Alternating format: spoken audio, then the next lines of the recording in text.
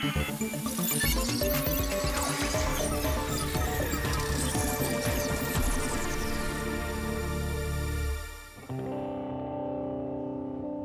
2016, the Indian gaming scene in general was still on the up and up.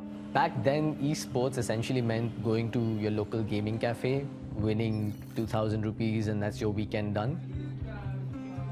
Historically, Indian teams have never done well in international tournaments. Most of them lost with embarrassing scorelines.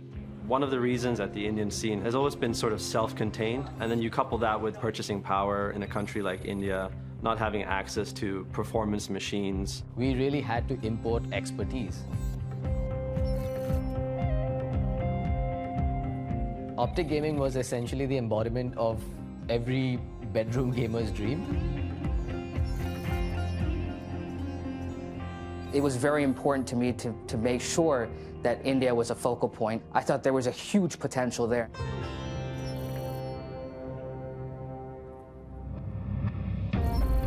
Counter-Strike's a first-person shooter. One of the biggest esports on the planet with a legacy of over 20 years. In India specifically, Counter-Strike has been well received. The goal of the Optic India project was firstly to become the best team in India as soon as possible, and then put India on the map. This could be finally India's chance at actually having a shot at an international title. Community was excited because we are Indians and we are passionate about everything we love. We decided to do a tryout process. The idea was that we wanted to build a squad from the ground up. We've never actually done a selection process like this. I don't think many teams have done this anywhere in the world, right? And the fact that you guys are here, we're making history, okay? Thousands and thousands of people applied for it. It was an opportunity that nobody really wanted to miss out on. All these gamers who had been playing for years and years and years without any major achievements under their belt, all those underdogs had a chance.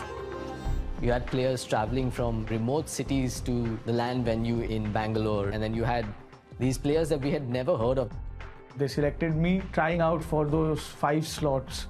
I went there, I played only one game, but I was a beast on that game. A lot of young talent that we found that would never have been found had it not been due to the tryout. I got selected, and then finally we moved to the Bangalore boot camp. It was amazing. These are 5 young men that had never really left home and lived on their own and had to fend for themselves. We all stayed together because it's a team sport. You need to be together to improve. Forsaken was one of those hidden gems. He was one of those players that came with unnatural amount of skill. He was bought in for his brains more than his reflexes. He did have a past that was a little shady as well, though. There were accusations that he was a cheater. But although people were saying he was fishy, we didn't have any proof or any concrete evidence to, bench him or kick him out of the team.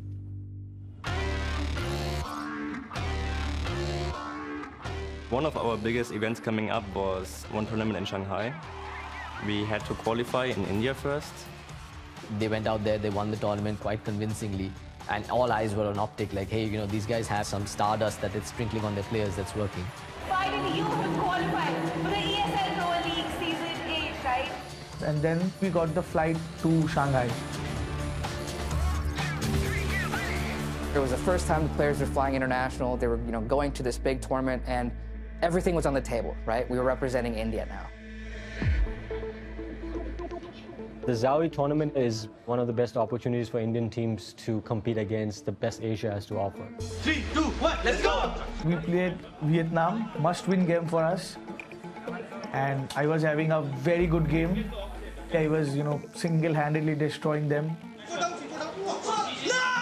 Optic India were just one map away from winning. It was halfway through the map when we noticed that the admins had called a pause. That usually happens when, say, the monitor goes off, or somebody's device is not working, or the internet is lagging. But it was lasting way longer than a normal technical pause. We saw not just one admin, but slowly a second admin, and then probably 5 minutes later, a third admin.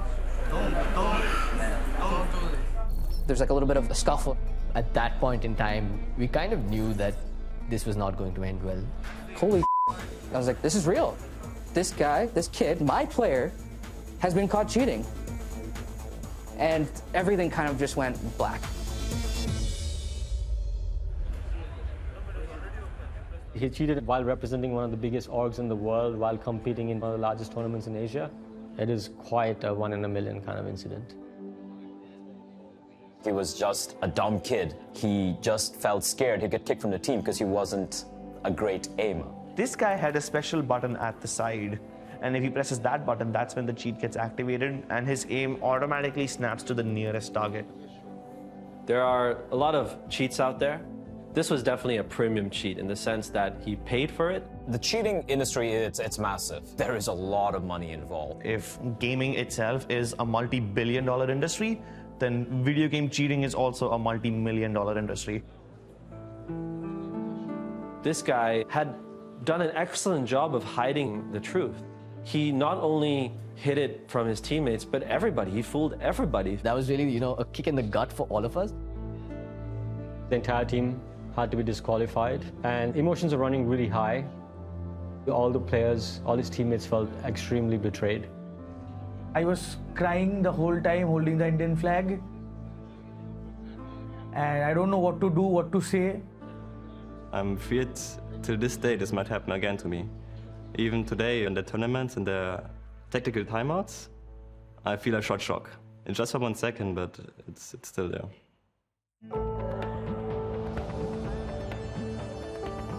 It was like the perfect storm.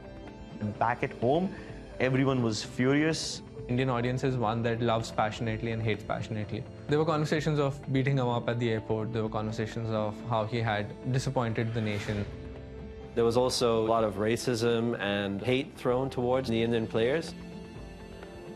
Him and his team were disbanded.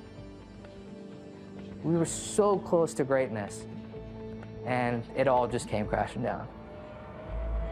Almost immediately, everyone was allergic to that region and that scene.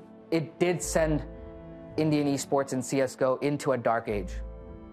We clearly realized that we don't have enough checks and balances in place. But then you had tournament organizers using this as a wake-up call to say that, we cannot let another Forsaken incident happen ever again. Without integrity of the game, we don't have a sport. Everything falls apart. Today, the Indian gaming scene is thriving. We are the first generation experiencing esports as a career in India. If I were to look back 10 years, we would be extremely happy back then if someone paid for us to take a 24-hour train from Mumbai to Bangalore. Today, nothing short of $100,000 is incentive to compete in a tournament.